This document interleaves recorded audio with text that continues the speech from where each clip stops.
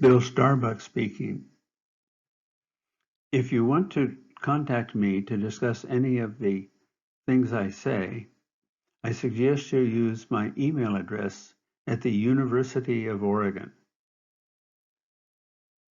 I want to talk with you about some of the challenges you face when publishing research that involves Bayesian analyses, and to offer some suggestions about how you could overcome these challenges.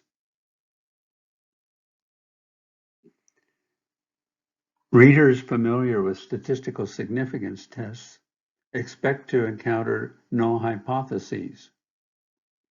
They are surprised and somewhat uncertain how to deal with Bayesian analyses that introduce prior distributions. Prior distributions talk about what the researchers expect to find in their analyses. And this has aroused some criticism from critics who say that Bayesian analyses should not be biased by researchers' expectations. It is not necessary to use prior distributions that take account of researchers' expectations. It is possible to use prior distributions that exert negligible influence on the inferences drawn from a Bayesian analysis.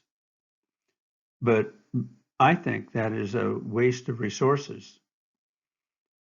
The fact is that a prior distribution can take account of findings in previous studies or possibly the opinions of experts, and assuming that these previous studies were well done, or that the experts know something about what they're expert in, adding their opinions into the analysis enhances the credibility and accuracy of the inferences you draw.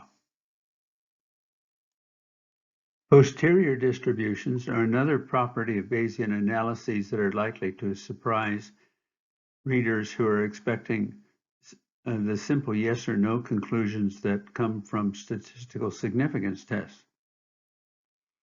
Rather than a simple yes or no answer, is it significant or is it not, posterior distributions say there is a wide range of possible conclusions to draw, and some of these conclusions are more plausible than others, and the posterior distribution describes, if you like, the plausibility of those different conclusions.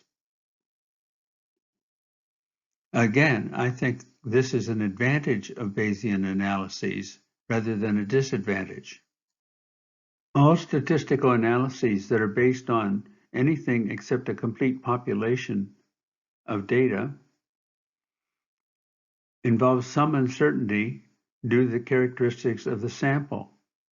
A random sample may be quite large and still have some uncertainty attending to it. Posterior distributions show this sampling uncertainty. If there is no sampling uncertainty, if the sample size is incredibly large, the posterior distribution will have a very narrow dispersion. I like the idea that posterior distributions show both the range of possible inferences that are plausible, as well as the probabilities associated with the different values in that range. So you get simultaneously information about what is the most likely thing and information about what are the possible different variations on that.